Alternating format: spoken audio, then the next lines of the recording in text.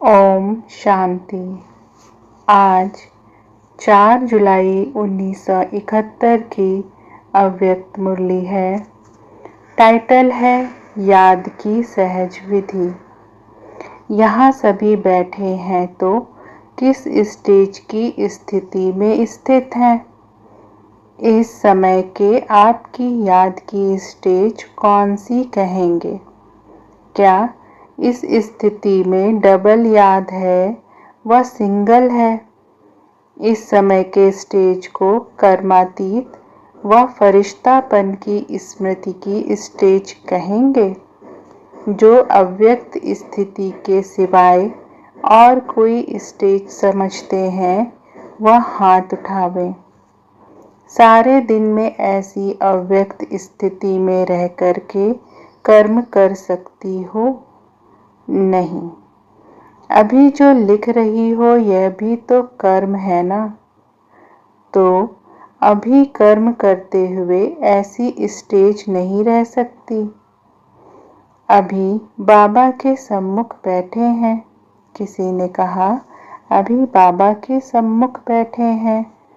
अगर सदैव समझो बाबा हमारे साथ ही है, सम्मुख है, तो फिर सदैव रहनी चाहिए। वह लोग जब ऐसे वायुमंडल में खास अटेंशन रखे जाते हैं तो यह अटेंशन ही इन्हों की सेफ्टी का साधन बन जाता है। यह अटेंशन ही इन्हों की सेफ्टी का साधन बन जाता है। ऐसे ही चाहे कोई भी साधारण कर्म भी कर रहे हो तो भी बीच बीच में अव्यक्त स्थिति बनाने का अटेंशन रहे। और कोई भी कार्य करो तो सदैव बाप दादा को अपना साथी समझकर डबल फोर्स से कार्य करो। तो बताओ क्या स्टेज रहेगी?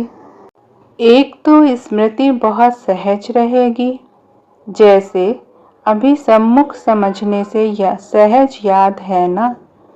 इस रीति अगर सदैव हर कर्म में बाप को अपना साथी समझकर चलो तो यह सहज याद नहीं है। जो कोई सदैव ही साथ रहता है उस साथ के कारण याद स्वतः ही रहती है ना। तो ऐसे साथी रहने से वह बुद्धि को निरंतर सत्य का संग बनाने से निरंतर सत्संग होना चाहिए। आप हो ही सत्संगी। हर सेकंड हर कदम में सत्य के संग तो होना। अगर निरंतर अपने को सत्संगी बनाओ तो याद सहज रहेगी और पावरफुल संग होने के कारण हर कर्तव्य में आपका डबल फोर्स रहेगा। डबल फोर्स होने के कारण जो कार्य स्थिति के हिसाब से मुश्किल समझते हो वह सहज हो जाएगा, क्योंकि डबल फोर्स हो गया। और उसी समय में एक कर्तव्य के बजाय डबल कार्य समाप्त कर सकती हो। एक सहज याद, दूसरी सफलता, तीसरा सर्व कर्म में उमंग, उल्लास और सहयोग की प्राप्ति होती है। इसलिए निरंतर सत्संगी बनो। आपके पास कोई आते हैं तो आप नियम बताते हो ना कि सदैव सत का संग रखो। तो यह अभ्यास अपने को भी निरंतर करना पड़े। फिर याद जो मुश्किल लगती है, सोचते हैं याद कैसे ठहरे, कहाँ ठहरे, यह सभी खत्म हो जाएगा। कर्म की सहज सिद्धि हो जाएगी। इसमें चाहे निराकार रूप से संग करो, चाहे साकार रूप में करो, लेकिन सत का संग हो। साकार का संबंध भी सारे कल्प में अविनाशी रहेगा ना। तो साकारी स्मृति व निराकारी स्मृति हो, लेकिन स्मृति जरूर होनी चाहिए। बाप दादा के संग के सिवाय और कोई भी संग बुद्धि में ना हो। फरिश्ता बनने के लिए बाप के साथ जो रिश्ता है वह पक्का होना चाहिए। अगर अपना रिश्ता पक्का है तो फरिश्ता बन ही जाएंगे। अभी सिर्फ यह अपने रिश्ते को ठीक करो। अगर एक के साथ सर्व रिश्ते हैं तो सहज और सदा फरिश्ते हैं। और है भी क्या जहाँ बुद्धि जाए, अभी कुछ रहा है क्या? सर्व संबंध व सर्व रिश्ते सर्व रास्ते ब्लॉक हैं। रास्ता खुला हुआ होगा तो बुद्धि भागेगी। जब सभी रिश्ते भी खत्म, रास्ते भी बंद, फिर बुद्धि कहाँ जाएगी? एक ही रास्ता, एक ही रिश्ता, तो फिर फरिश्ता बन जाएंगे। चेक करो कौन सा रास्ता व रिश्ता अभी तक पूरा ब्लॉक नहीं हुआ है। जरा भी खुला हुआ होगा तो लोग कोशिश करेंगे वहां से जाने की।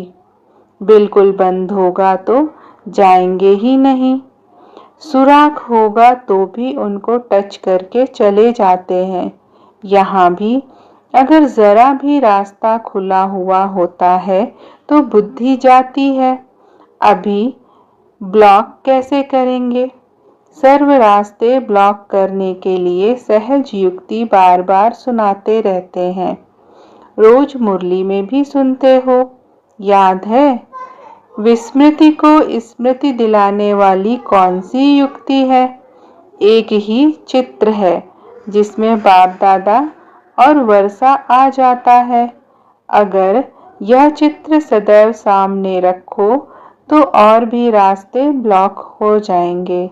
जो भी चित्र व लिटरेचर आदि छपाते हो तो आप यही ब्लॉक डालते हो ना।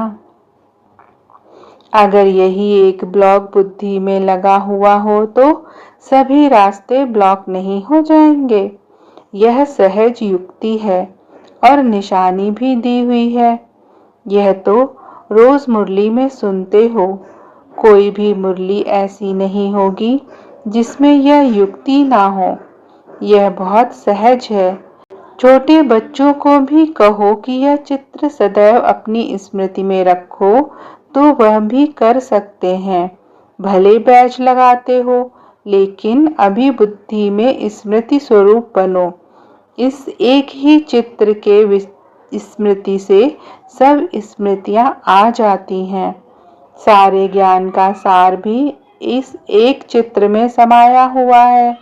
रचयिता और रचना के ज्ञान से यह प्राप्ति हो गई ना।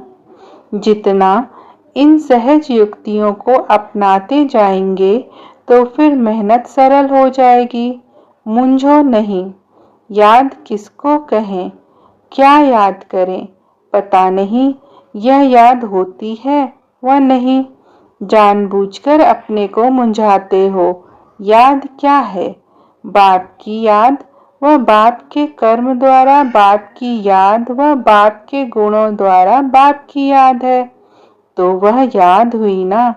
रूप की याद हो व नाम की व गुण व कर्तव्य की याद, याद तो एक ही हुई ना। आप लोग बड़ा मुश्किल बना देते हो। याद कोर्स को मुश्किल करते करते फोर्स नहीं आता है। कोर्स में ही रह जाते हो। उनको सहज करो। बाबा के सिवाय कुछ है ही क्या? जब प्रैक्टिकल में सर्व स्नेही बाप को ही समझ लिया तो फिर उसको याद करने के लिए कोई प्लान सोचा जाता है क्या? सहज बात को कब कोई मुश्किल कर देता है और कहाँ? अब तक भी रास्ता खुला हुआ है। इसलिए बार बार बुद्धि को मेहनत कर लौटाना पड़ता है। इसमें थक जाते हो, माथा भारी हो जाता है, मुश्किल समझ मुश्किलात में पड़ जाते हो। तो सहज तरीका है, पहले इन सभी रास्तों को बंद करो। जैसे गवर्नमेंट ऐलान करती है ना, यह बंद करो। तो आप लोगों के लिए भी बाप दादा का यही फरमान है। पहले तो सभी रास्ते बंद करो, फिर मुश्किल से छूट जाएंगे, सहज हो जाएगा, फिर नेचुरल हो जाएगा। यह अटेंशन रखना मुश्किल है व सहज है। मुश्किल है नहीं, लेकिन मुश्किल बना देते हैं। अगर यह अटेंशन समय प्रति समय रखें तो मुश्किल नहीं होता। कुछ अलबेलेपन में रहते आए हो इसलिए अब मुश्किल लगता है। जैसे छोटेपन में जो भी बातें सिखाई जाती हैं वह सहज स्मृति में रहती हैं। जितना बड़ा होता है, बड़ेपन में कोई बात स्मृति में लाना मुश्किल हो जाता है। इसमें भी जिन्होंने बचपन से ही यह अटेंशन रखने का अभ्यास किया है, उन्हों का आज भी नेचुरल याद का चार्ट रहता है। और जो भी इस अटेंशन रखने में शुरू से अलबेले रहे हैं, तो उन्हों को अब मुश्किल लगता है। अब तो बीती सो बीती कर सदैव ऐसे समझो कि मैं बच्चा हूँ, बाप के साथ हूँ। यह समझने से वह बचपन की जीवन स्मृति में रहेगी। जितना यह स्मृति में रहेगा तो उससे मदद मिलेगी, फिर मुश्किल कार्य सहज हो जाएगा। अभी से ही अपने को एक सेकंड भी बाप से अलग ना समझो। सदैव समझो बाप का साथ भी है और बाप के हाथ में मेरा हाथ भी है। अगर कोई बड़े के हाथ में हाथ होता है तो छोटे की स्थिति बेफिक्र होती, निश्चिंत रहती है।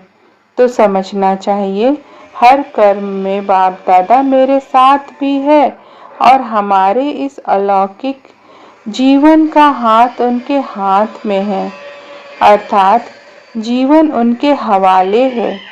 जिम्मेवारी उनकी हो जाती है। सभी बोझ बाप के ऊपर रख अपने को हल्का कर देना चाहिए। बोझ ही ना होगा तो कुछ मुश्किल लगेगा। बोझ उतारने व मुश्किल को सहज करने का साधन है बाप का हाथ और साथ। यह तो सहज है ना। फिर चाहे बाप स्मृति में आए, चाहे दादा स्मृति में आए, बाप की स्मृति आएगी तो साथ में दादा की भी रहेगी ही। दादा की स्मृति से बाप की स्मृति भी रहेगी, अलग नहीं हो सकते।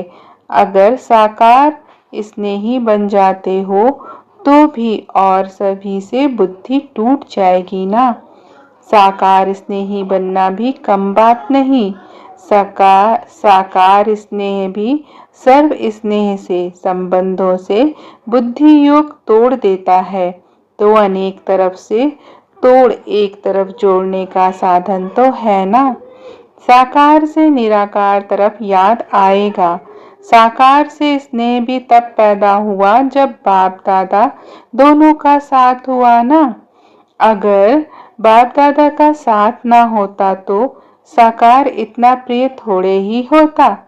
जैसे बाप दादा दोनों साथ साथ हैं, वैसे आपकी याद भी साथ साथ हो जाएगी। ऐसे कभी नहीं समझना कि मुश्किल है। सहज योगी बनो। मुश्किल योगी तो द्वापर से लेकर बनते आए। हठ योगियों को तो आप कट करते हो ना। आप भी सहज योगी ना बने तो फिर मुश्किल कहा। तो एक ही बात हो गई। सहज योगी बनना है, यथार्थ याद है निरंतर सहज योगी हो। सिर्फ अपनी स्टेज को बीच बीच में पावरफुल बनाते जाओ। स्टेज पर हो, सिर्फ समय प्रति समय इस याद की स्टेज को पावरफुल बनाने के लिए अटेंशन का फोर्स भरते रहो।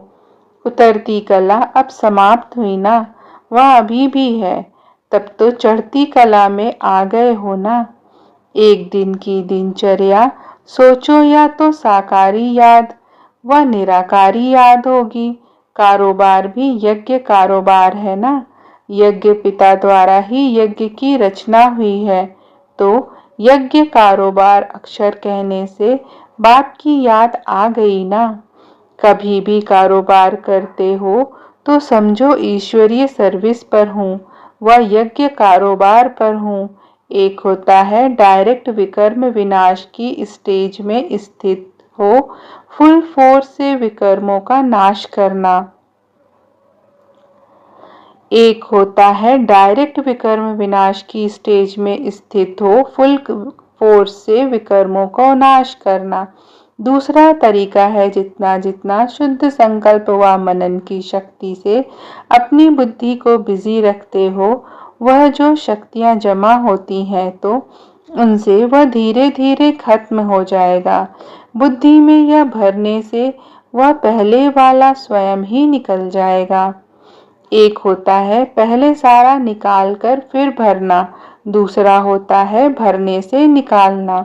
अगर खाली करने की हिम्मत नहीं है तो दूसरा भरते जाने से पहला आप ही खत्म हो जाएगा। वह स्टेज आप ही बनती जाएगी।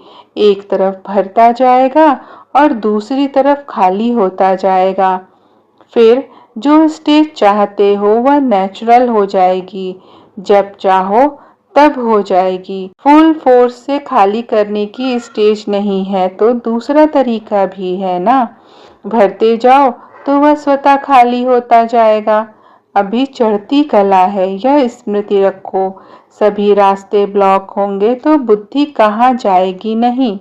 यज्ञ, कारोबार अथवा कर्मणा सर्विस की भी मार्क्स है ना, फिर भी पास विद ऑनर्स में वह 100 मार्क्स भी हेल्प देंगे ना। लेकिन जरूरी है जिस समय कारोबार व वाचा सर्विस करनी है तो लक्ष्य यह रखना चाहिए कि यह ईश्वरीय सर्विस है, यह कारोबार है, तो ऑटोमेटिकली यज्ञ रचयिता की स्मृति आएगी। और कोई भी कार्य करते हो तो समझो इस कार्य के निमित्त बनाने वाला बैकबोन कौन है। भले मैं निमित्त हूँ लेकिन बैकबोन कौन है। बिना बैकबोन आप शरीर में ठहर सकते हो, बिना बैकबोन के आप कोई कर्म में सफलता भी नहीं पा सकते।